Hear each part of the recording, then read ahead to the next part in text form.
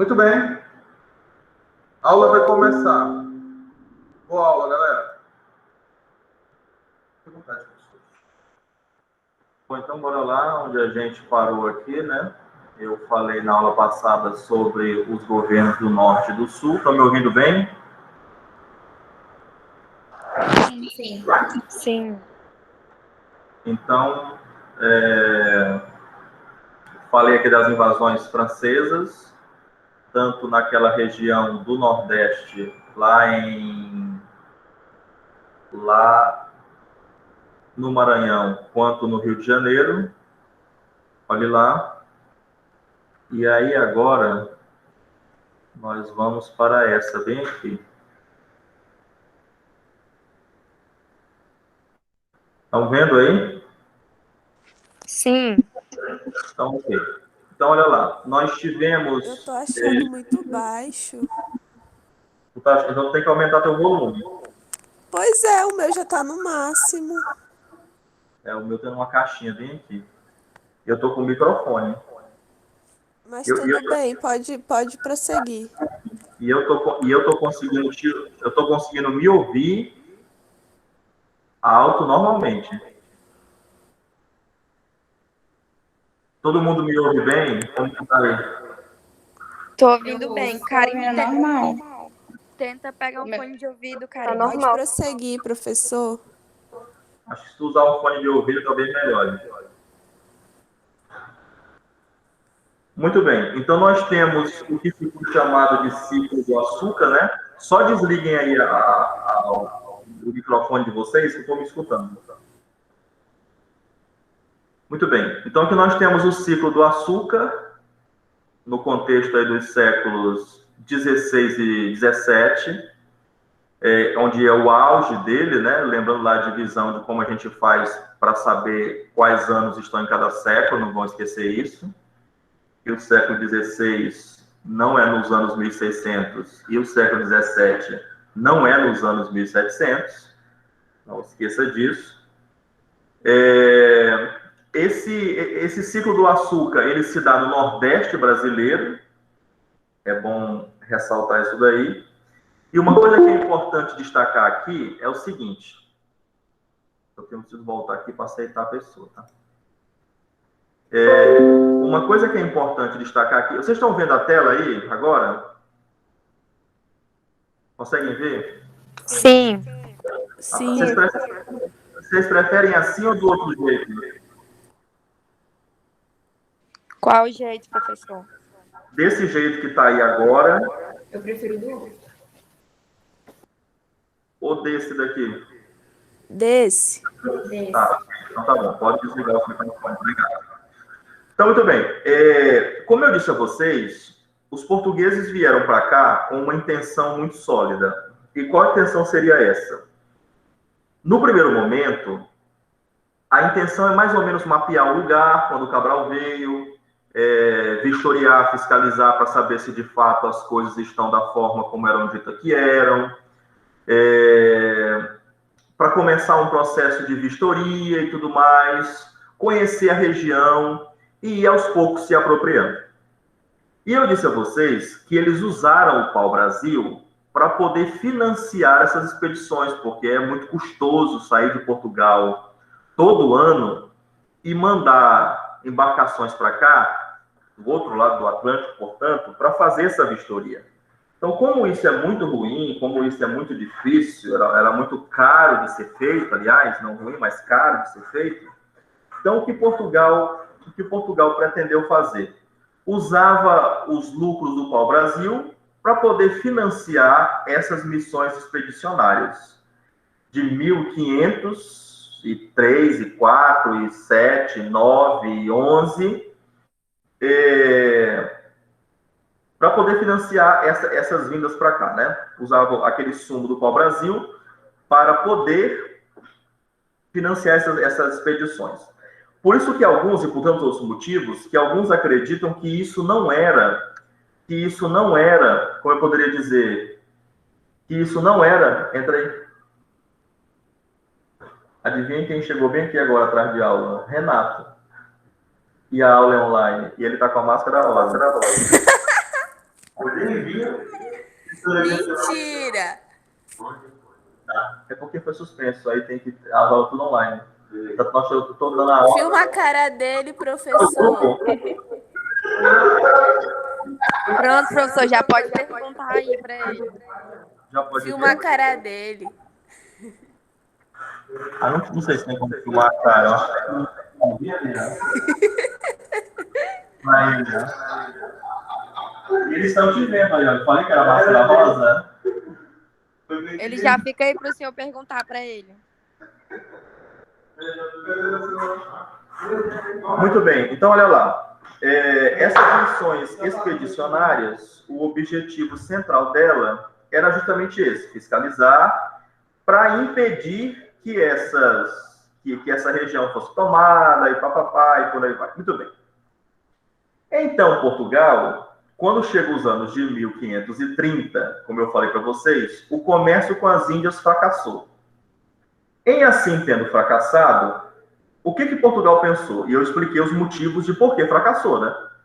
O comércio com as Índias fracassou porque outras nações tiveram acesso às Índias, o motivo principal, e aí não compensava mais você sair de onde você estava, que é em Portugal, atravessar o Atlântico, entrar no Oceano Índico, voltar numa viagem de 5 meses, 5, 6 meses, e você não poder aplicar um ágio alto sobre os produtos. Então, não compensava mais, Portugal abandonou esse comércio com as Índias, e Portugal percebeu, e eu disse a vocês na outra aula, que Portugal foi uma nação extremamente safa, porque, em detrimento do que alguns pensam, a colônia portuguesa, conforme eu disse, foi extremamente exitosa. Portugal deu muito certo, e Portugal tinha um espírito empreendedor muito grande. Da feita que percebeu que esse comércio com as Índias deu errado, o que foi que Portugal começou a fazer? Começou a investir no plantio de açúcar, de cana-de-açúcar, em ilhas do norte da África, onde ele já executava isso há algum tempo. E como o consumo do açúcar começou a aumentar, o que Portugal faz? Ele pensa, bom, nós temos aquelas terras lá no fim do mundo, né, longe para peste. A gente pode enviar a gente pode mudar, como poderia dizer, exportar esse modelo que a gente usa aqui nessas ilhas africanas, as ilhas do norte da África, como Açores, Cabo Verde, Ilha da Madeira e tudo mais. A gente pode exportar esse modelo para lá, porque lá o volume é maior. Então, a quantidade de terra é maior. Se nós conseguirmos produzir nessa mesma quantidade, isso significa dizer que nós vamos ficar muito ricos. Então, perceba aí o espírito empreendedor de Portugal. E o mercado de açúcar continuou aumentando, ou seja, o consumo de açúcar continuou aumentando, dado que as pessoas compravam mais, na Europa principalmente. E aí Portugal pensou no seguinte, no primeiro momento: vamos escravizar os nativos, né? Vamos escravizar os nativos. E aí esse foi o divisor de águas. Começa-se a trazer uma quantidade grande de portugueses para cá, para transmutar esse plantio que ocorre em ilhas da África para cá, para o Brasil. Muito bem. Então, nós vemos aí que era um mercado consumidor vasto, no caso lá a Europa, de um alto valor, portanto, era uma especiaria sendo, portanto, produto muito caro, e a participação do capital holandês. Quando você olha para os países da América Latina, você não vê nenhum país colonizado pela Holanda, porque a Holanda enriqueceu-se nesse comércio que vai começar a existir de negros, no tráfico negreiro. Porque a Holanda tinha uma esquadra muito grande e muito eficiente, então era melhor eu contratar a Holanda para fazer, os navios holandeses, para fazer o transporte de açúcar, de rum, de negros, do que eu ter os meus próprios do que eu ter os meus próprios navios, né? Do que eu ter a minha própria frota, que custava muito, depreciava e tudo mais. Então era melhor pagar alguém que era expert nisso. Então você não conhece nenhum país dominado pela Holanda, aqui na América, nem toda a América, que tenha sido colônia da Holanda, porque a Holanda ela se especializou em uma outra coisa, né? Veja aí o empreendedorismo holandês, né? A Holanda é um dos melhores países para se viver no mundo. Muito bem, olha lá. Aí nós temos a produção do açúcar, nesse mapa bem aí. Renato, eu acho que tu podia ficar bem aqui, não? Aí? Eu tô tendo a impressão que eu tô tendo que gritar para tu poder me escutar. Senta aí nessa cadeira bem aí. Aí tu vê o slide pelo celular. Muito bem. Então, olha lá. Aí vocês estão vendo o mapa do Brasil, e eu disse a vocês que as capitais do Nordeste, basicamente todas são no litoral. E por que isso? Porque eu vou fazer o plantio do açúcar, mas eu não vou adentrar no território brasileiro. Eu não vou... Veja ali o gradiente de Tordesilhas, ó, naquela linha verde. Eu não tenho por que me interiorizar. Ali onde hoje vai ser o quê? Ali onde hoje vai ser o Mato Grosso, ali onde hoje vai ser Goiás. Eu não tenho por que me interiorizar. Eu nem conheço essas terras. Só aqui na capital, só aqui no litoral tá bom. Outra coisa importante, se eu me interiorizar demais, se eu for fazer um engenho no meio lá das minhas terras, como é que eu vou escoar essa produção? Então não vai ter como eu tirar o açúcar. Então o melhor seria nós mantermos esses engenhos aqui no litoral, até por uma questão de escoamento dessa produção. Porque o que vai ser produzido aqui não vai ser comercializado aqui. O açúcar vai ser todo exportado, principalmente para a Europa, onde ele é um produto muito caro. Então, perceba a capacidade portuguesa de empreender. Isso é fascinante. Então, tinha um comércio com as Índias. Fracassou, ele achou uma outra saída. Inclusive, uma dica que eu dou para vocês é o seguinte. Quando vocês fizerem planos para a vida de vocês, e se espelhem aqui no exemplo português, façam sempre um plano B. Porque o plano A pode dar errado. E quando a gente tem um plano B, é sempre melhor, né? Vocês vão prestar o Enem agora, esse ano. Ninguém sabe mais nem se o Enem vai ser esse ano, né? Com essa pandemia, se vai seguir a regra de ser esse ano, como todos os anos Tenham sempre um plano B. Na vida profissional de vocês, tenham sempre um plano B. Quando tiverem um emprego, tenham sempre um outro emprego em mente. Porque o emprego que você está pode, sei lá, a pessoa pode demitir, pode falir, a pessoa pode mudar. Tenha sempre um plano B. Então, Portugal tinha um plano B. O plano B é, se o comércio com as ilhas fracassar, a gente vai para aquelas terras de fim de mundo. E deu muito certo. O plano B deu muito mais certo que o plano A. Tanto é que Portugal ficou riquíssimo. Uma coisa que é importante ressaltar aqui é que essas terras no Brasil, elas são muito favoráveis ao plantio de cana. E não esqueçam, eu disse a vocês que a colônia inglesa na América, hoje os Estados Unidos, tem solo e climas iguais aos europeus. Então, não há nada que você produza na Europa, aliás, no que hoje são os Estados Unidos, que você não podia produzir na Europa. Não tem nada. Então, não tem nada de diferente. Já a colônia portuguesa aqui foi um sucesso. Porque, como nós estamos em uma outra região, que é uma região equatorial, com solo extremamente fértil, o que acontece? É propício. O plantio da cana-de-açúcar aqui é propício. E Portugal vai ficar muito rico durante todos esses anos que vão vir aí, né? Durante 300 anos, onde vai haver o plantio sistemático da cana-de-açúcar. Muito bem. Deixa eu sair aqui, que tem alguém pedindo para entrar. Stephanie Dias. Muito bem. Aí. Muito bem, voltando. Olha lá. Então, aqui está o engenho. Aqui está o engenho. Você vê aí a senzala, né? A senzala tá bem aqui, ó. É tão estranho esse negócio. Não sumiu. Estão vendo a senzala aí, estão vendo a casa grande, bem aqui, né? Olha lá. A senzala, essa que vocês estão vendo aqui, a senzala, ela é o lugar onde vão ficar os escravos. No primeiro momento, esses escravos são índios. No primeiro momento. Eu queria até que vocês anotassem aí uma coisa chamada de, vou colocar aqui, de aldeamentos. Aldeamentos. E o que eram os aldeamentos? Eram os lugares... Menino, tu senta bem aqui, ó. Você pode sentar bem aqui nessa mesa.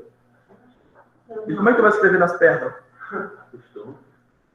Então, olha lá. Os aldeamentos eram os lugares onde os índios ficavam, porque a primeira escravização foi de índios. Deixa eu estar anotado aí. Só que tem um problema. Os índios fogem porque eles conhecem o lugar.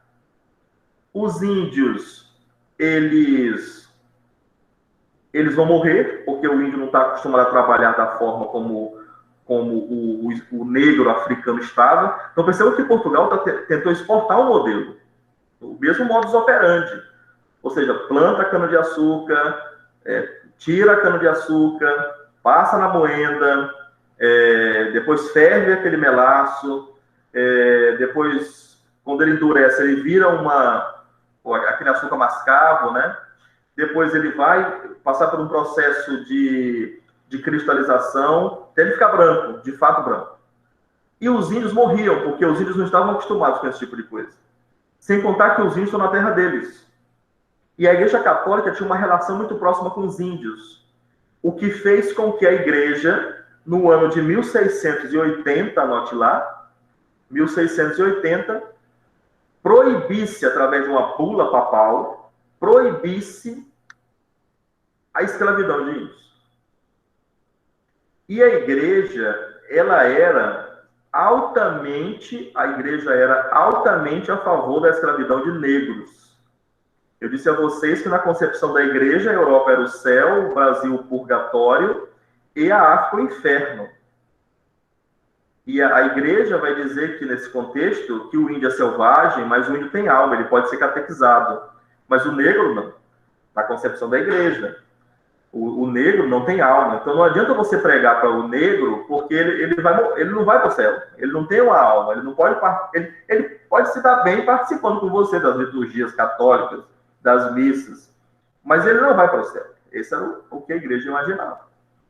Então os negros vão ficar aqui no que está vendo aí chamado de senzala. É onde ele vai ficar. E essa de baixo aí é a chamada Casa Grande. Essa Casa Grande aí, ela está mais para o século XVIII, tá?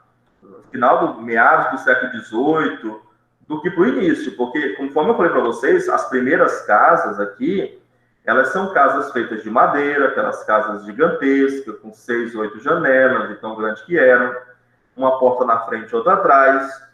Os capitães donatários, 15 homens bons, e seus apaniguados, quando eles vieram morar aqui, não tinha onde dormir, não tem colchão massageador, tem que dormir naquelas esteiras que usam no Nordeste lá, e as pessoas dormem naquilo, não sei se aquele é feito de cipó, não sei que diabo de material é aquele, mas as pessoas dormiam ali em cima.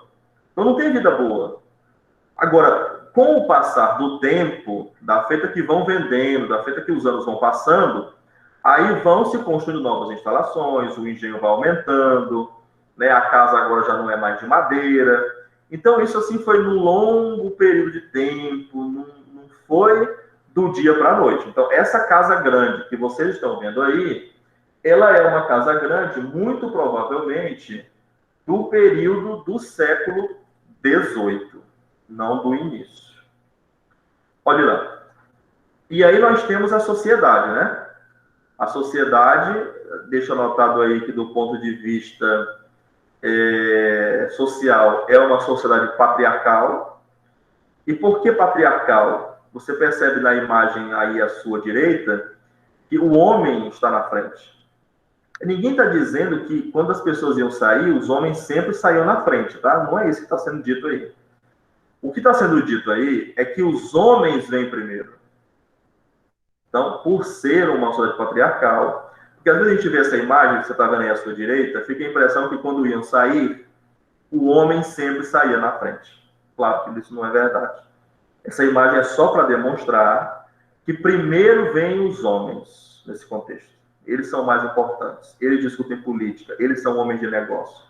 Eles que tratam de acordos. As mulheres não fazem isso. As mulheres cuidam das casas, de suas casas e dos seus filhos. E perceba que logo depois do homem vem os filhos, né? Porque os filhos dele são mais importantes que a mulher dele. E logo depois vem a mulher. Tem um atrasadinho bem aqui. Deixa eu aceitar o William. Chegou o atrasadinho, né?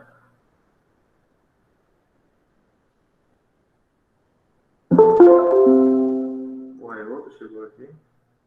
Lohane Aranha. Essa dormiu demais. Gente, vocês acordem cedo amanhã, tá?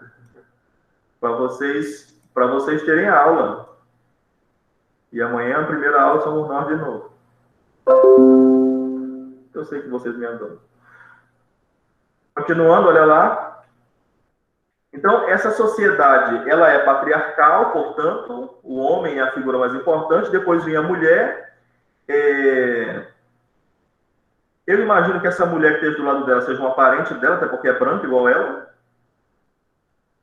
Talvez seja ama de leite. Algumas mulheres brancas, pobres, eram também usadas para serem amas de leite. As negras eram usadas para serem amas de leite também. O que é ama de leite? Quando a mulher não consegue aleitar o seu filho, uma outra mulher é chamada para poder fazer isso, né? Para poder aleitar, porque talvez ela não consiga e tudo mais. Claro que hoje nós temos uma ciência vasta que permite a mulher tomar alguma medicação, fazer algumas coisas para aumentar a produção de leite. Nesse contexto aí não existe, então usa-se uma ama de leite. Geralmente é a mulher que vai cuidar da criança, né? Assim, não é que a mãe não cuide do filho, mas é que quem passa mais tempo com o filho é essa ama de leite, ou essa cuidadora. É bom ressaltar isso. Do lado direito, do lado esquerdo, vocês têm um quadro de um dos principais, do principal pintor da época do primeiro reinado, que é Jean-Baptiste Debré. Está ali embaixo. Jean-Baptiste Debré. Bem aqui. Estou pegando o jeito com essa canetinha. Então, olha só. Você percebe aí que os senhores estão carregando o escravo. Desculpa. Que os escravos estão carregando o senhor. Olha lá. Numa rede. Isso aí é verdade. É uma demonstração de como os escravos eram vistos como, de fato, objetos, né? Só lembrando, gente, que tem uma diferença entre o escravo no Brasil e o escravo lá na Grécia Antiga, na Roma Antiga. Aquele escravo lá é porque ele era visto como inferior. É um ser inferior. E ele é branco. Aquele escravo lá é branco. Esse escravo aqui não é branco. Esse escravo é negro e ele é usado como mão de obra barata. Tem uma finalidade para ele. Baratear os custos da produção. Por quê? Porque se imagina o seguinte. Se eu tenho um negócio, e óbvio, se eu tenho um negócio, eu tenho que pagar funcionários. Se eu não precisar pagar os funcionários, eu me aproprio do trabalho deles, era o que dizia Marx, né?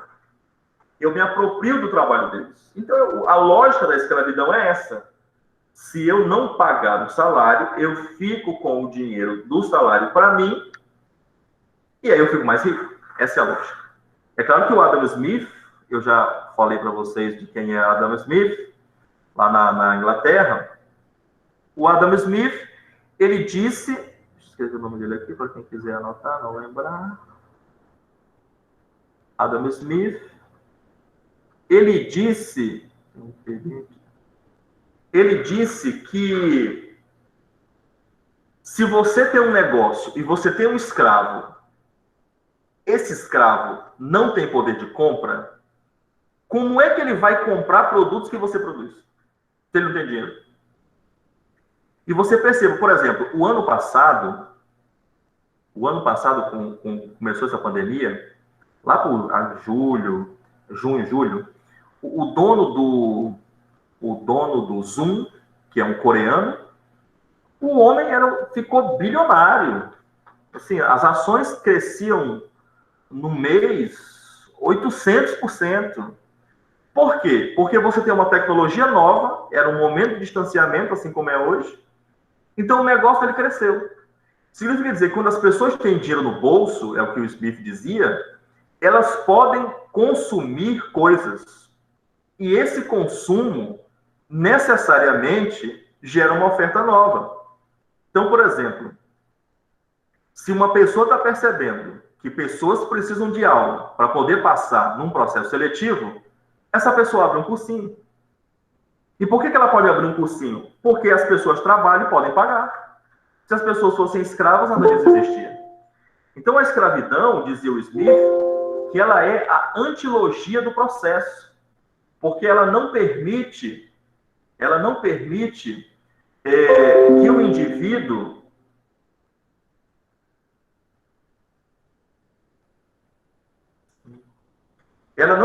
que os indivíduos possam financiar a necessidade deles.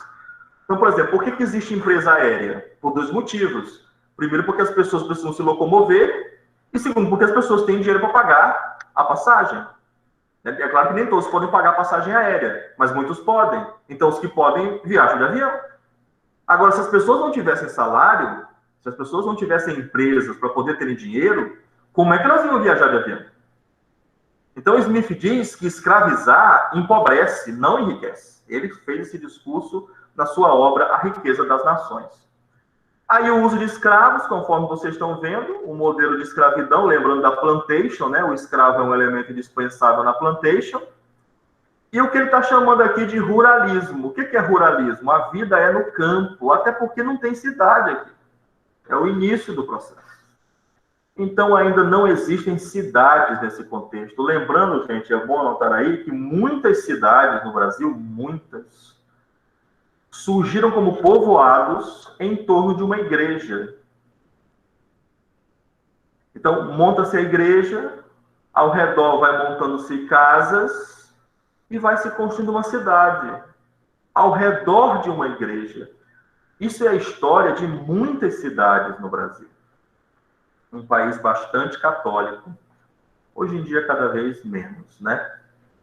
Um país que hoje em dia vem então, também muito evangélico, olha lá.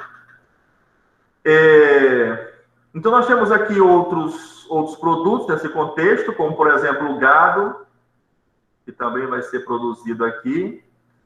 Só que, assim, o foco é o açúcar. Lembrando que a plantation, ela se sustenta sobre a égide da monocultura, ou seja, só produz uma coisa, não se produz várias coisas. Uma coisa. E essa uma coisa é o açúcar. Aqui no caso, essa produção de gado vai ser bem no interiorzão mesmo, bem no interior. No início, esse gado vai ser usado para o arado, no início. Depois, esse gado vai ser usado para leite, e assim a produção de queijo, e aí vão os derivados. Depois, quando houver uma grande quantidade, esse gado vai ser usado para couro também, para poder fazer roupas, para poder fazer bainha para facão, para faca, e por aí vai. Depois ele vai ser para carne. Depois. Porque o gado no início ele é pouco e ele tem que ter uma finalidade, principalmente o arado, já que na moenda eram usados os negros. O fumo também, que vai ser um produto caro, né?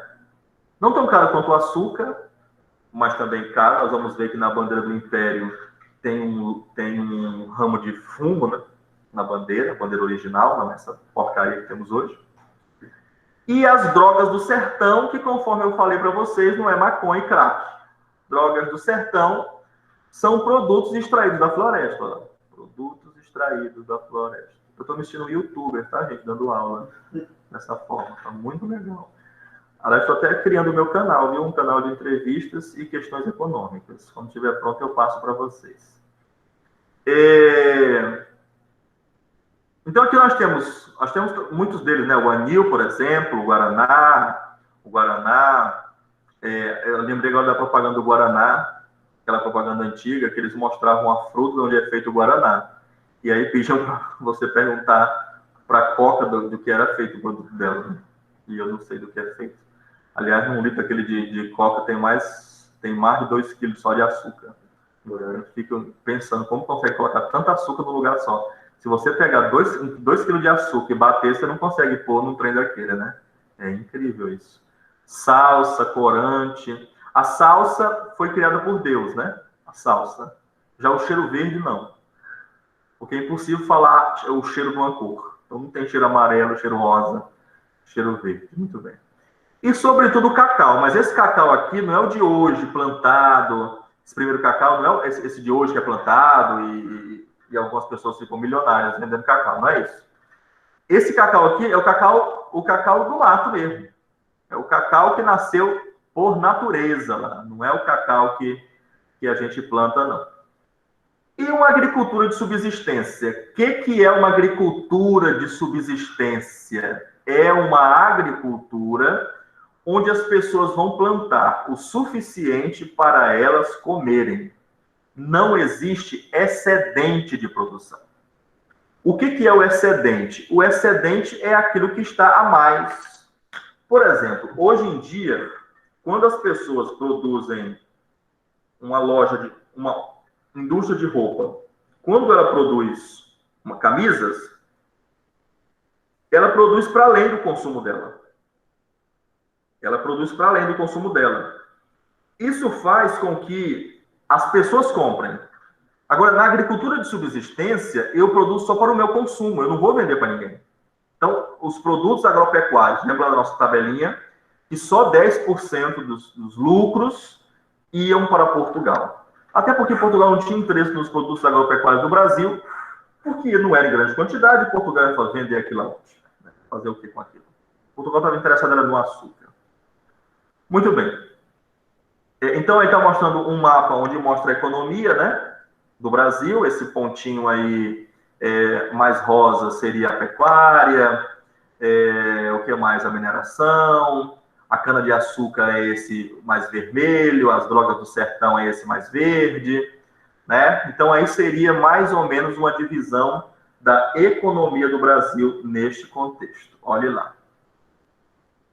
Então, conforme eu falei para vocês, no primeiro momento, os índios são usados para a escravidão, né? Depois, eles vão ser trocados pelo motivo que eu falei. Nesse interstício, até 1680, quando é expedida a bula papal impedindo a escravidão de índios, já se começa a trazer negros para o Brasil. E por que os portugueses já estavam trazendo negros, embora ainda usassem índios? Porque quem era expert na produção da plantação da cana-de-açúcar era o negro. Lembrando que Portugal já fazia isso em ilhas do norte da África. Então ele já sabia como fazer. Os negros já sabiam como operacionalizar. E conforme eu falei para vocês, usando índios era muito difícil, porque os índios morriam. Você imagina que um índio, ele caça para poder comer o suficiente. Ele pesca para poder comer o suficiente. Nós temos uma lógica de acumular dinheiro. De trabalhar muito e acumular dinheiro. O índio não. Então ele morria. Sem contar que a doença dos europeus matava os índios. Gripe, por exemplo. O índio original mesmo, aquele que é de fato índio mesmo, que não tem contato com brancos, se ele pegar gripe, ele morre. Ele não tem imunidade para isso. Gripe não é uma doença daqui. Aí depois vai se usar o negro, né? Os negros vão ser usados justamente por esse motivo. São mais fortes, são mais resistentes. E aí começa um trabalho lento. Quem capturava esses negros? Eles próprios. Eles próprios na África capturavam. Até porque esse negócio de consciência de classe não existe. De consciência de grupos, isso não existe. Talvez com alguns, mas não funciona com todos. Então, que são negros? Eles não são negros, eles são pessoas. E eles lá na África, uma tribo rival dominava a outra, matava alguns e vendia os outros. E aí os holandeses, na sua grande quantidade, os holandeses que dominavam esse comércio, compravam esses negros, traziam para as Américas, tanto para a América portuguesa, quanto para a América espanhola, quanto para a América inglesa, tá? Traziam esses negros para cá, e aí eles seriam usados no plantio de açúcar e de tantas outras funções, não só desta, mas de tantas outras funções. Muito bem. Olhe lá, aí está o escravo, né, no que ele é usado. Eu destaco essa imagem aqui à direita de vocês, que é a moenda. Perceba que aqui embaixo, essa imagem aqui de baixo, ó, ele está colhendo a cana, né? Ele está juntando a cana em feixes. Olha lá. Ele está juntando a cana em feixes.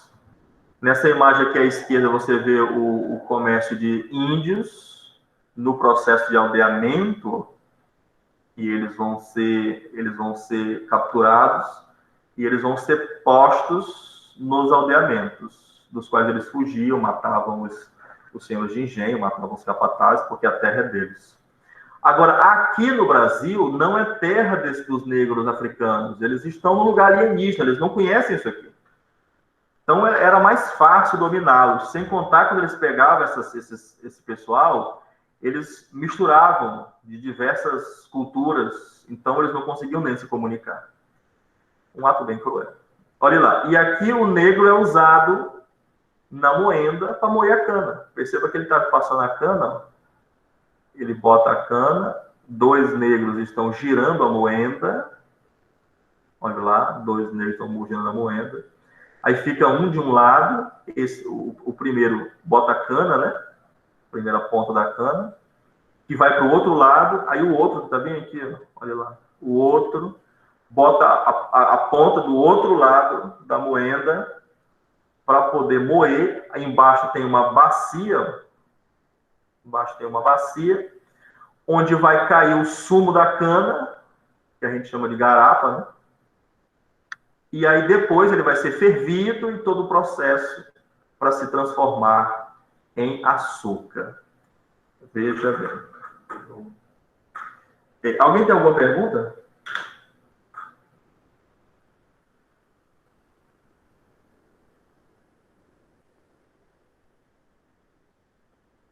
Ninguém? 15 para as 9.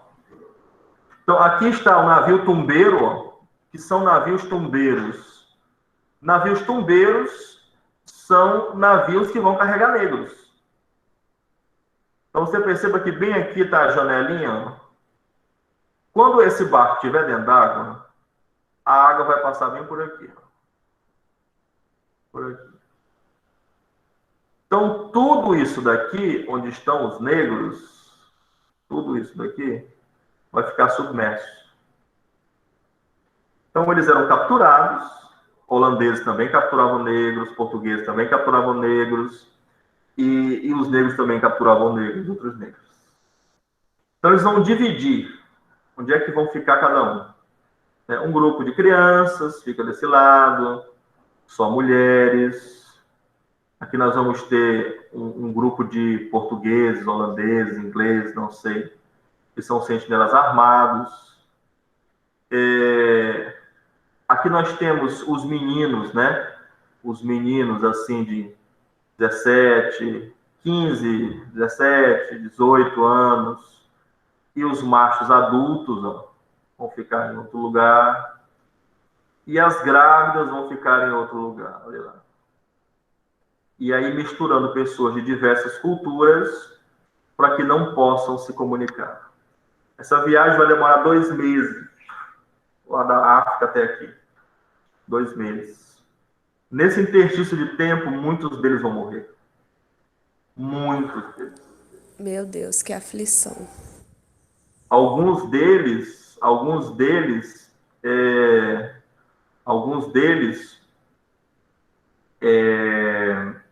quando morrerem, os corpos vão ficar aqui dentro.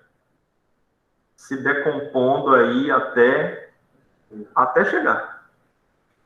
Em alguns casos tiravam, mas não em todos os casos tiravam, né? Olhando nada, porque não tem janelinha, né? Não tem janela. Ele vai ficar, não tem janela aqui embaixo. Ele está debaixo d'água. A água está passando nessa linha vermelha. Vai ficar debaixo d'água. É escuro, né? E mal alimentado e tudo mais. Muito mal alimentado. Olhe lá. E do lado de cá, mostra uma visão de cima. Mostra uma visão de cima de como seria mais ou menos o navio tumbeiro se ele fosse aberto e você conseguisse ver de cima. Ficavam amotinados aí, né? Muito bem. E aqui está o lance que tornou a Holanda riquíssima. O comércio que ela realiza. Outros países também, não só a Holanda. Mas eu falo a Holanda porque ela se destacou nisso, ela se especializou nisso. A Holanda era especialista em vir aqui, pegar negros, pegava aqui, pegava negros aqui, trazia para cá. Quando chegava aqui, ela pegava o açúcar daqui, trazia para cá. Quando chegava aqui, ela pegava os produtos manufaturados, roupa, comida, carne, vinho, azeite, e trazia para cá. Para poder voltar para cá. Para poder voltar para cá. Para poder subir para a Europa e fazer esse caminho diversas vezes. Foi dessa forma que a Holanda ficou rica. Muito rica. E perceba que aqui eu só falei de América Portuguesa. Eu só falei da América aqui, no caso o Brasil. Mas a Holanda, ela realizava esse tráfico, desculpe, para a América Espanhola também, está aqui a América Espanhola, e aqui para a América Inglesa. Olha lá. Muito bem. O que nós temos aqui? Aqui nós temos os escravos, né? O desembarque de negros, que seriam escravizados. Aqui nós temos a examinação que era feita de negros, até para saber por quanto que eu vou comprar.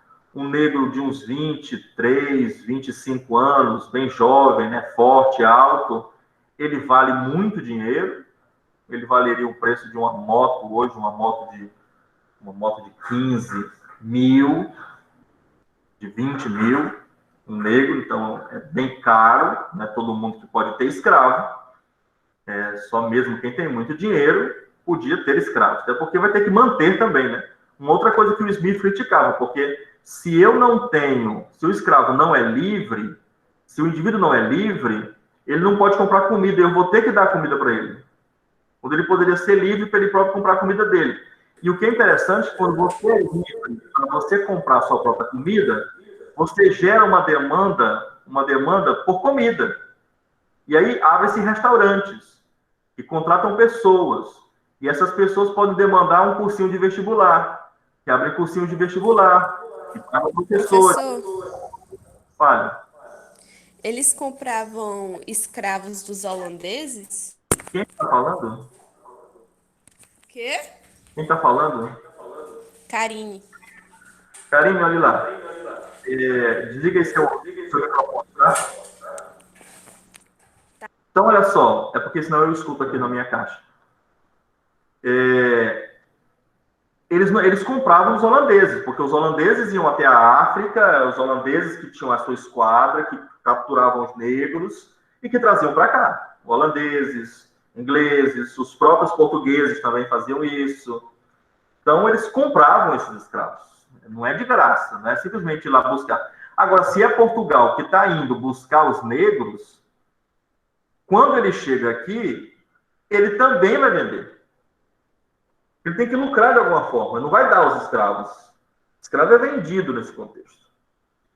Muito bem. Aqui nessa outra imagem, você vê a forma como eram tratados, né? Amarrados, inclusive as crianças. Mais um quadro de Jean-Baptiste Debré. O que é isso? um mercado de negros. Olha lá.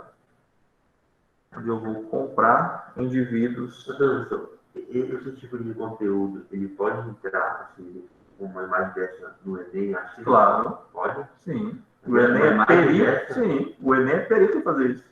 Impõe imagem, nunca fiz Enem? Não, eu fiz uma vez, mas eu não vi. Eu só fiz uma vez. Mas o Enem é perito em fazer isso. Em colocar imagens e pedir você para analisar a imagem. Mas, assim, esse conteúdo sobre escravidão, por exemplo, Sim. não é um caso muito polêmico, não para eles votarem. Não. Então, eles podem votar. Eu não acho polêmico, não. Tu acha polêmico? Não acho polêmico, porque, assim, dependendo muito é meio ofensivo, né? Imagina que você fala meia e tem uma... e acha que tem gente que se sente mal com essas coisas. Já vi, né? Tem gente se sentindo mal. Aí, se vê um conteúdo desse, acha... Entendo que você continua com a máscara, né? Hã? Ele gosta tanto da máscara rosa que ele não tirou ela, embora não tenha aglomeração nenhuma aqui. Olha lá, aqui está o tronco. Esse negócio de que eles matavam todos os escravos, que eles feriam todos os escravos, é mentira. Porque vamos supor que eu comprei um escravo por 15 mil. 15 mil. Se esse escravo morrer, eu tomo um prejuízo de 15 mil. Então eu não vou sair matando. Não é verdade que eu vou sair matando todos os escravos. Claro que ele não vai ter uma vida boa, 5 estrelas em um hotel. Não é isso. Eu não vou matá-lo. Não quer dizer que eu nunca vá matar um escravo. Não quer dizer que eu nunca vá matar. Ó, muitos capitães do mato, muitos desses jagunços aqui que cuidavam de escravos, eles matavam o escravo, o senhor de engenho ficava com tanta raiva que mandava até matar ele. Já pensou você comprar uma moto por 15 mil e jogar ela dentro do Xingu? É prejuízo isso. Então, aqui o indivíduo, ó, perceba que é outro negro que está chicoteando ele. Olha lá. Quem era o capitão do mato? O capitão do mato era o indivíduo que, quando o negro fugia, caçava ele. O capitão do mato. E geralmente o capitão do mato era outro negro. Assim como esse. Perceba que é um negro batendo no outro. Olha lá. E eles tinham alguma regalia por trabalhar diretamente para o senhor de engenho? Ele não morava na senzala, né? Ele não é o escravo da senzala, ele tem alguns privilégios. Ele mora em outro lugar, ele tem acesso a uma comida melhor. É um pouquinho melhor a vida dele em relação a dos outros. E os senhores entendiam que, como um cara negro, eles não iriam matar, assim, só por matar, mas eles tinham um pouco mais de remorso e não matar, só castigar mesmo conforme normal, para não ter prejuízo, né? Isso era um negro. E os negros vão trazer para cá o candomblé. E uma coisa aqui que é interessante é que, por exemplo, vocês já viram que na Umbanda existe esse negócio de fazer trabalho, né? Trabalho para trazer o amor da sua vida, trabalho para não sei o quê. E aí, geralmente, as pessoas, esse povo da Umbanda, eles deixam o que a gente chama de macumba, né? Eles deixam oferendas, geralmente encruzilhada, né? Está passando por uma encruzilhada, ela tem uma garrafa de vinho, lá tem um frango assado, lá tem farinha também. Lá tem champanhe, lá tem uma série de coisas lá naquela oferenda. Por que eles faziam isso? Eles faziam isso porque era assim, quando os escravos fugiam, eles ficavam completamente desassistidos e com fome. Obviamente vão ficar desassistidos e com fome. Então, os escravos que já haviam fugido antes, que se amotinavam nos quilombos, só anote aí, gente, que no Pará, o que nós chamamos de quilombo era chamado aqui de mocambos. Mocambos. Mocambos no Pará é a mesma coisa que quilombos. Mesma coisa. Muito bem. Então, quando esses escravos fugiam, que o outro lá dentro, o povo de fora, estava sabendo dessa fuga, o que eles faziam? Eles deixavam essas comidas nas encruzilhadas. E aí os jagunços lá, os capitães do mato, eles tinham medo de comer essa comida. Porque achavam que era uma comida enfeitiçada. Porque achavam que era uma coisa do demônio. Então eles não comiam. Quem comia eram esses, não eram as entidades, não era Iemanjá que vai comer. Quem comia isso aqui eram os escravos fugitivos, que tinham fome, então passava a vir e comia. Então essa é a história de por que essas duas religiões, a Umbanda, que é um sincretismo é uma fusão religiosa, uma fusão de coisas, nesse caso religiosa, em que junta elementos de uma cultura com outra cultura. Então juntou o cristianismo com o candomblé e formou a Umbanda. Então, até hoje, você vê esse povo que vai fazer macumba deixando essas oferendas aqui. E eles deixam as oferendas para um povo que eles chamam de povo de rua. Povo de rua. Ou povo da rua. O que é o povo de rua ou o povo da rua? São os escravos, que fugiam e dominam as ruas. Que hoje em dia são chamados de Exus, né? São chamados de Exus. São justamente esses escravos. Aqui você percebe o capitão do mato no cavalo. Capitão do mato. Então, quando esse escravo está passando, fugido, ele vai lá e come essa comida. Que os outros não conseguiam comer, porque achavam que estava envenenada, porque achavam que era comida satânica, essas coisas, né? Muito bem. Então está aí explicado por quê. Claro que Iemanjá não vai lá comer nada. Se você deixar lá, ninguém vai comer, vai apodrecer. Mas eu estou explicando aqui de onde é que surgiu essa cultura de deixar comida em encruzilhada. Muito bem. Aí nós vamos falar agora de um fenômeno que ocorreu entre os anos de 1580 e 1640, chamado de União Ibérica. O que é isso? Olha só. A Península Ibérica... Se tu puder trazer água para mim, agradeço. Tá? A Península Ibérica é aquela península onde está compreendido Portugal e Espanha, que são os primos pobres. E por que Ibéria? Porque era uma região onde morava um povo bárbaro, nominado pelos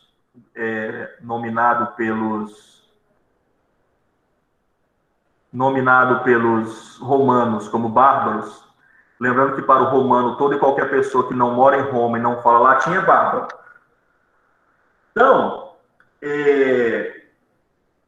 esses povos bárbaros chamados de íberos deram origem ao nome Península Ibérica, onde a fusão do latim com esses bárbaros íberos deu origem ao português e ao espanhol.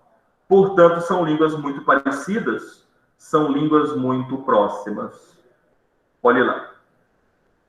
Tem gente que diz que o inglês parece um pouco com o alemão, e, gente, não tem nada a ver. Assim, é uma distância tão gigantesca que uma pessoa que fala inglês e olha o alemão, ela não tem nem noção do que o alemão está falando. Embora o inglês derive do alemão. Mas, assim, nada a ver. Eu tenho certeza que se você for conversar com um argentino, é claro que você não vai entender tudo que ele fala, mas você vai entender muita coisa. Se um americano for conversar com um alemão, ele não vai entender nada. Absolutamente nada. Porque, embora até algumas palavras tenham a escrita parecida, a pronúncia é radicalmente diferente. Então, esse negócio de dizer que são línguas próximas e tudo mais, é uma coisa, assim, totalmente fora do normal. Então, a Península Ibérica, a União Ibérica, ela foi o momento em que Portugal e Espanha foram governados... Obrigado.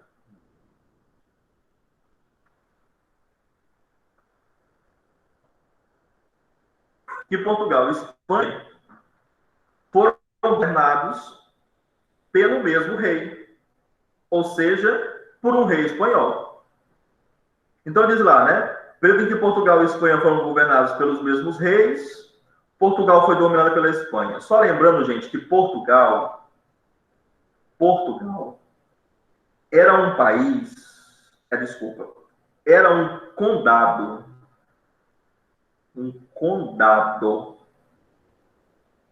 da Espanha,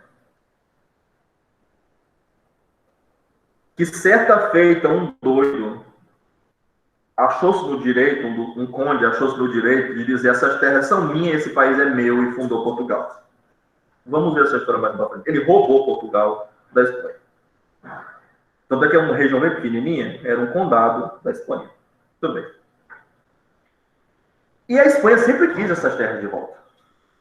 Historicamente pertencia a ela. Olha lá. Mas a língua é diferente, né? Eles falavam um idioma diferente. Que no caso hoje é o português de Portugal. E o interessante é que o Dom Sebastião, que é o rei português, morreu em 1578. Sem deixar nenhum sucessor. O que acontece quando um rei morre e ninguém pode sucedê-lo? Escolhe-se uma nova família de nobres. Pode ser um conde, um duque, um marquês, geralmente duques, porque os duques, depois dos reis, são as pessoas mais importantes. Aí o Dom Henrique, seu tio já idoso, assumiu o trono e faleceu em 1580. Não da União Ibérica, não. E também não deixou sucessores. O rei Filipe II, é o nome do pai de Alexandre. O rei Filipe II invade Portugal. E quando ele invade Portugal, ele diz: essas terras aqui já foram nossas uma vez, eu as quero de volta. E impõe um reino só. Então as terras portuguesas passaram a ser da Espanha também. Olha lá. Isso é o que nós chamamos de União Ibérica, que durou de 1580 a 1640, quando Portugal e Espanha foram um país só. E, portanto, a colônia portuguesa na América pertenceu à Espanha nesse contexto bem. Muito bem. Olha lá.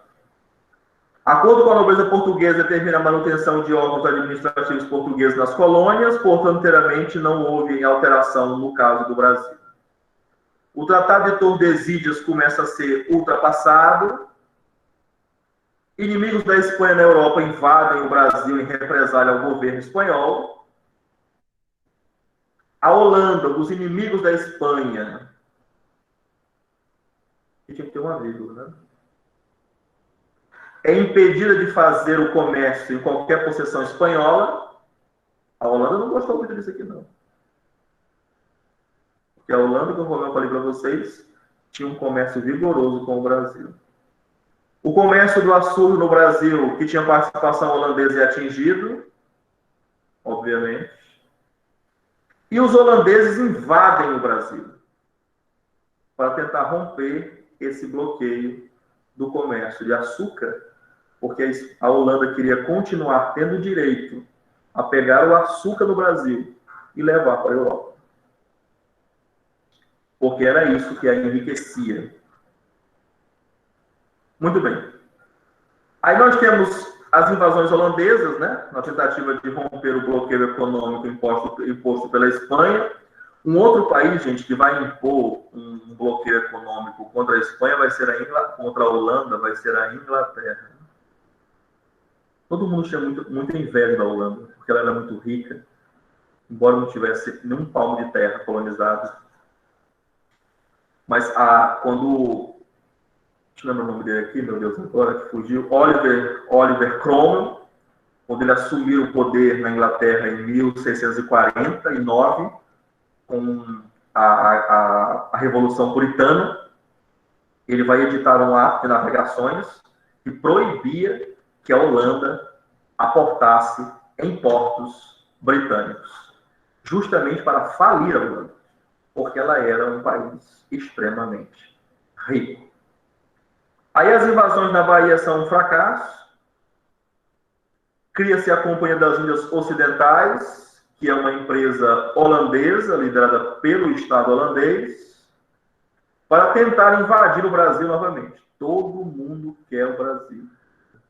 Todo mundo quer o Brasil. E todo mundo quer o Brasil por quê? Porque é uma região de terra gigantesca, muita terra. Porque é uma região de solo fértil. Porque é uma região de um clima diferente do europeu. Porque é possível plantar aquilo que não é possível plantar na Europa. Porque aqui já está montado um engenho de açúcar pelos portugueses. Então todo mundo quer isso daqui. Olha lá. E quando chega 1630, a Holanda vai invadir Pernambuco, que é nada mais, nada menos que a capitania mais rica do Brasil, a região mais próspera do Brasil.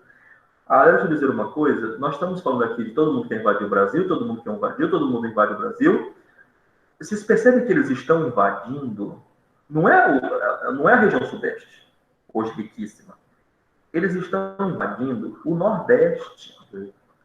Ora, mas lá não é só calor, secura, semiárido? Não, acho que não. Vou ficar arriscando aqui, eu não gostei desse negócio. Olha lá. Eles invadem o Nordeste. Porque o Nordeste, nesse contexto, é a região mais rica do mundo, uma das mais ricas do mundo, porque se produz uma quantidade inesgotável de açúcar. Então, todo mundo quer o Nordeste. A pergunta é, quando o Nordeste deixou de ser essa potência para virar uma região abandonada? Ora, isso aconteceu quando o comércio do açúcar caiu. E vai sair do açúcar para o café. Então, nesse contexto, onde o foco não é mais a produção de açúcar, mas a produção de café, o Nordeste brasileiro vai perder a importância. E quem vai ganhar essa importância vai ser o Sudeste. Principalmente São Paulo. Que nós vamos ver esse assunto mais adiante. Como São Paulo, que era uma capitaniazinha vagabunda, com poucas pessoas, conseguiu se transformar numa potência econômica, e o café foi o pontapé inicial desse processo. Aí nós temos Maurício de Nassau, um holandês, que passou a controlar Pernambuco, portanto pertence a ele. Lembrando que esse é o contexto da União Ibérica, tá? Então, o que ele vai fazer? Esse cara aqui devia, na minha opinião, devia ter sido o primeiro-ministro do Brasil. Todo o Brasil. Então, modernização e urbanização. Aliás, o povo de Olinda, em Pernambuco, odeia o Maurício de Nassau. Odeia de morte. Porque o Maurício de Nassau transferiu a capital de Olinda para Recife. E os caras não gostaram de jeito nenhum. O embelezamento de cidades, tanto é que se você for hoje em Pernambuco, tem uma grande quantidade de nomes de pontes, de ruas, de escolas, de praças, de universidades, tudo com o nome Maurício de Nassau, uma figura extremamente importante para a história de Pernambuco. E ele estava transformando Pernambuco numa potência como é a Holanda, como era a Holanda nesse contexto. Esse era o objetivo dele. Começou o financiamento para donos de engenho, a liberdade total de culto, se você é católico ou protestante, lembrando que nesse momento estamos vivendo a reforma protestante, e foi demitido em 1644 por estar tentando transformar, o motivo foi esse, por estar tentando transformar a colônia numa metrópole. Então, o que ele estava tentando fazer? Qual era o objetivo dele lá? Aqui no Brasil, domina a região e garante que o açúcar daí venha para cá. Ele estava transformando Pernambuco? Não, Holanda, na Holanda dos trópicos. Olha, eu vou dizer uma coisa, se esse homem tivesse seguido adiante, claro que não podemos narrar uma história que não aconteceu, mas se esse homem tivesse seguido adiante, esse país não seria o mesmo. Se esse homem liderasse esse país. E aí vem... Professor, tu percebe quantas vezes a gente pôde se ter uma ascensão, mas a gente se ferrou? Se você vendo isso agora, tá pensando assim, imagine eu que já conheço toda a história. Ah, minha amiga, dá vontade de meter bala em todas essas pessoas, ó. Sinceramente, destruíram as nossas vidas. E eu vou lhe contar uma história, acho que eu já contei essa história, mas aí eu conto de novo. Olha lá, vou já dizer uma história bem triste aqui, foi a Karine que falou, foi? Foi. Então você vai saber de uma história agora ainda até mais triste. Olhe lá. A insurreição pernambucana de 1645 a 1654 foi um movimento luso-brasileiro, luso porque é português, tudo que tem a ver com luso é português. Coroa luso, coroa portuguesa. Comida luso, comida portuguesa. Que expulsou os holandeses do Brasil. Então eles lideraram um movimento para expulsar os holandeses de Pernambuco. E esses holandeses, ao sair do Brasil, instalaram-se nas Antilhas, no que hoje é a América Central, um grupo, para produzir um açúcar mais barato e melhor do que o nosso. Isso fez com que o comércio do açúcar no Brasil começasse já a perder aquele motor pujante que estava há muito tempo. Mas ainda assim, o Brasil se destacava porque era o maior produtor de açúcar, conseguia entregar na maior quantidade possível. Então, quando as nações iam comprar açúcar, geralmente compravam nossos. Mas um outro grupo fugido aqui da insurreição pernambucana subiu o continente e veio bem para cá. Subiu o continente e veio bem para cá. Estou fazendo essa bolinha vermelha. Aqui, esse grupo de holandeses, judeus, compraram uma ilha por 24 dólares. E esta ilha hoje tem o metro quadrado mais caro do mundo. Eu não estou falando de uma cidade de beira de esquina.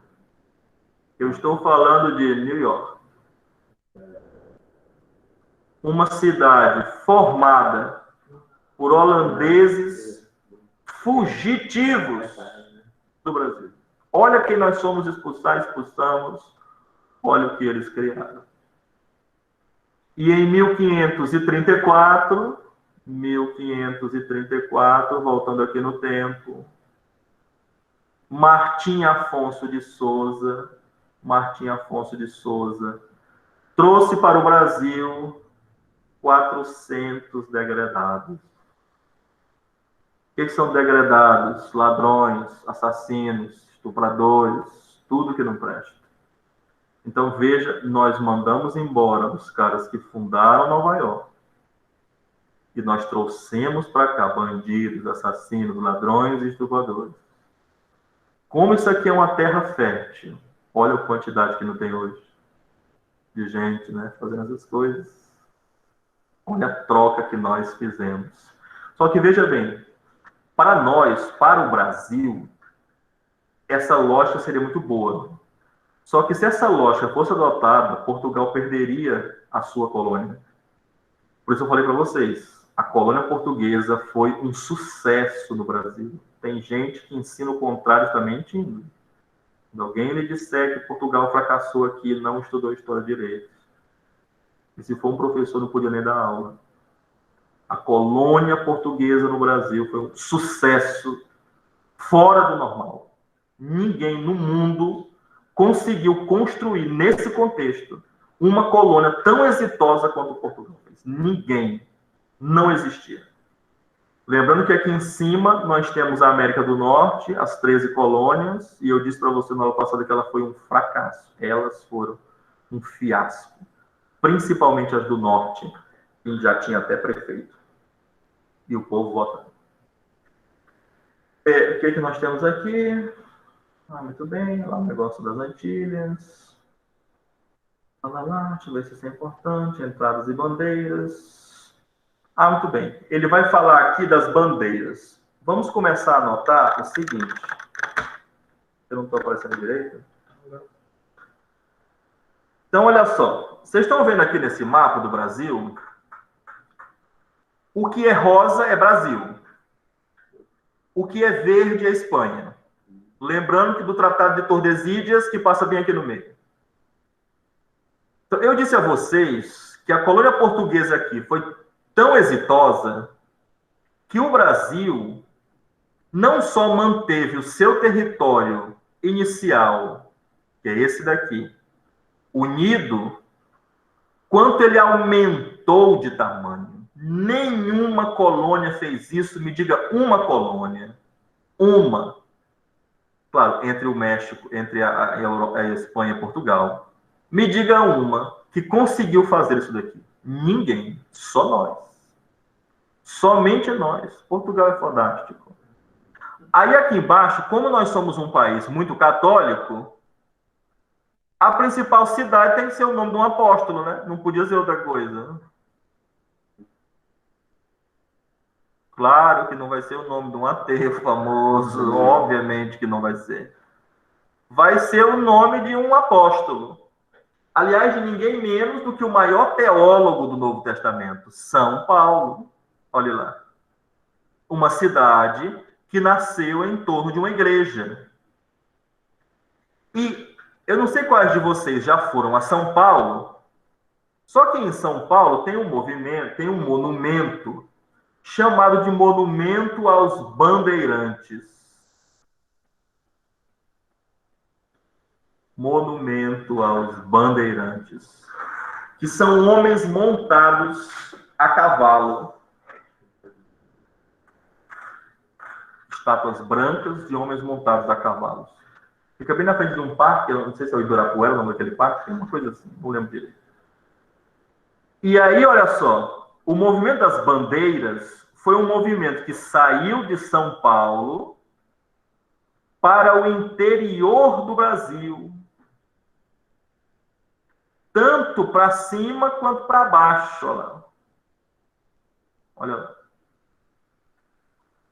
E esse movimento foi chamado de Movimento das Bandeiras porque eles saíam numa grande quantidade e levavam comidas e bandeiras.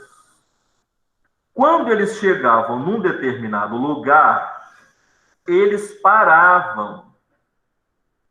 E ali eles deixavam algumas pessoas e fincavam uma bandeira. E por que eles deixavam as pessoas? Porque a comida estava acabando. Então eles deixavam as pessoas para trás. Então esse movimento das bandeiras, que começa no século XVII, é o que eu estou lhe falando, é um movimento de invasão do território espanhol. É o que eu estou te contando bem aqui. É um movimento de invasão do território espanhol. E perceba que ele sai daqui embaixo de São Paulo, ele está passando pelo que hoje é o Mato Grosso do Sul, pelo que hoje é o Mato Grosso, pelo que hoje é o Amazonas, chegando ao que hoje é Gurupá, no Pará. Olha onde esses caras vieram parar. São desbravadores. Olha o que eles construíram. E por que eles estão tomando isso aqui? Porque a Espanha não consegue vigiar esse monte de terra. Impossível, não tem como. Eles estão tomando. Um outro movimento importante que agora aconteceu a partir do norte foi a fundação de Belém em 1640. E a construção do Forte do Castelo. E Belém se torna um bastião para também começar a tomar essa parte que pertence à Espanha. Veja só como o nosso território foi construído, o território de hoje. Lembrando que isso não diz respeito ao Acre, tá? Que é a terra da Marina, terra onde tem dinossauros, segundo alguns. O Acre é na época da República. E ele vai ser construído mediante um acordo com a Bolívia. E aí nós pegamos o Acre para nós. Você pensar que aqui para baixo ainda tinha uma outra terra que pertencia a nós, ó, que hoje é o Uruguai, olha lá, pertencia a nós, e que foi embora. E nós vamos ver o segundo reinado, que houve uma guerra bem aqui contra o Paraguai, ó, bem aqui, Paraguai. E era para aquele Dom Pedro II ter tomado o Paraguai para o Brasil, nós seríamos ainda maiores. Você falou, como mesmo que conseguir colonizar o Acre mesmo? Não, o Acre é na República, mas não é, ele não foi colonizado nesses tempos, nesses termos. O Acre já é uma outra situação mais para frente.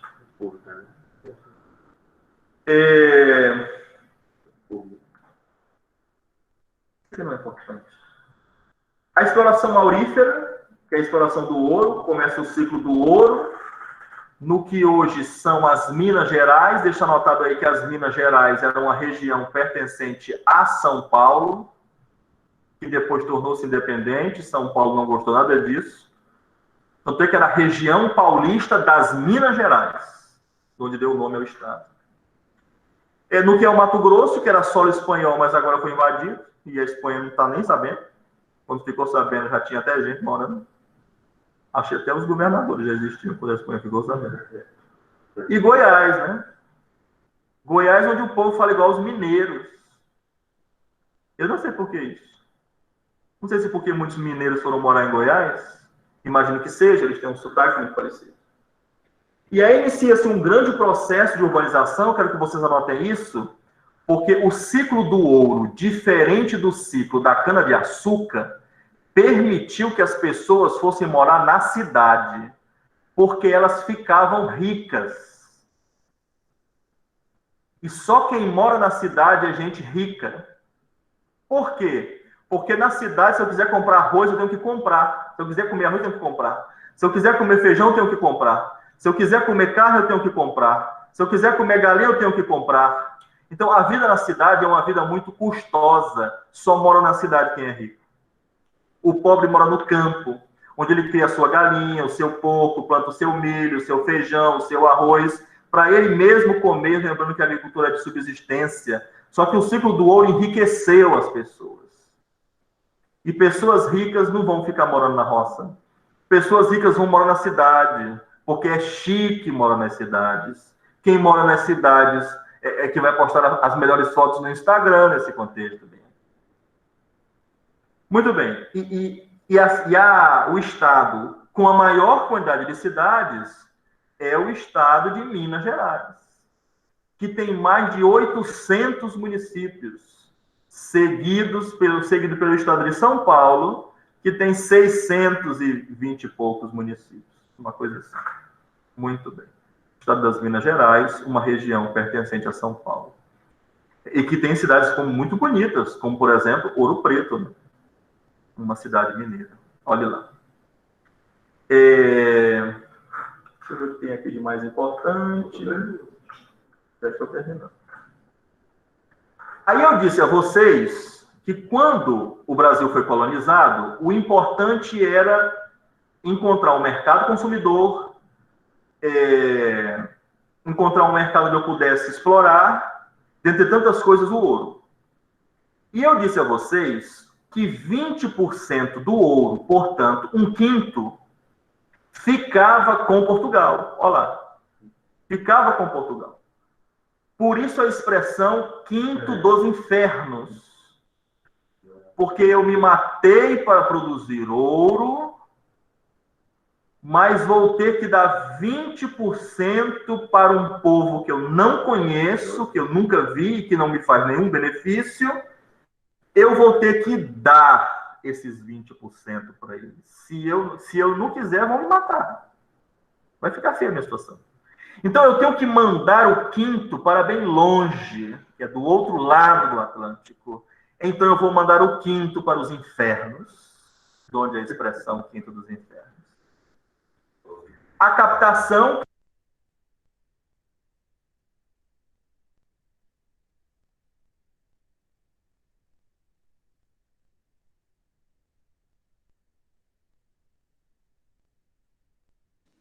Professor, não estamos ouvindo o senhor.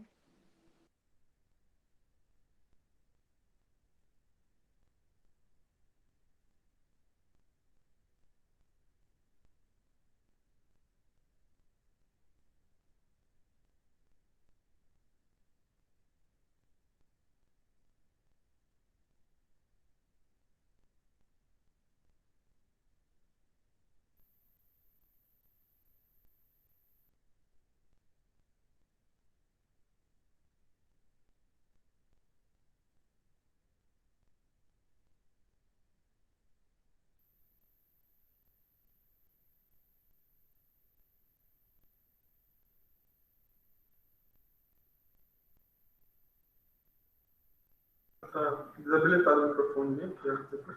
Falei. Oi, estão me ouvindo agora? Agora está. Sim. Mas tinha muito tempo que não estavam me ouvindo? Não. Não faz um minuto, umas 3 minutos. Não entendi. Então, não sei quem desligou. Então, só para finalizar aqui, gente, olha lá. Finalizando, deixa aí mesmo que você converter ele lá.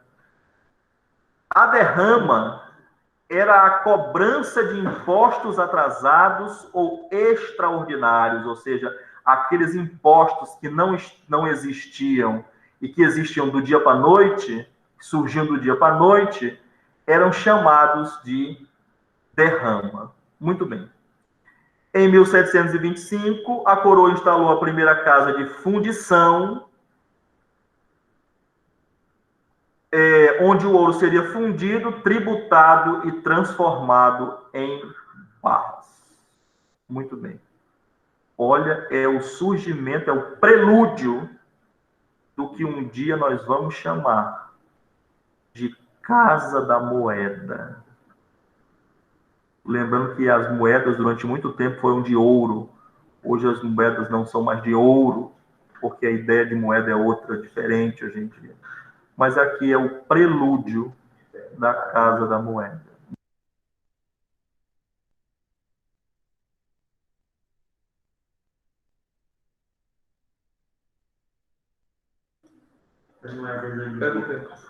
Alguma dúvida?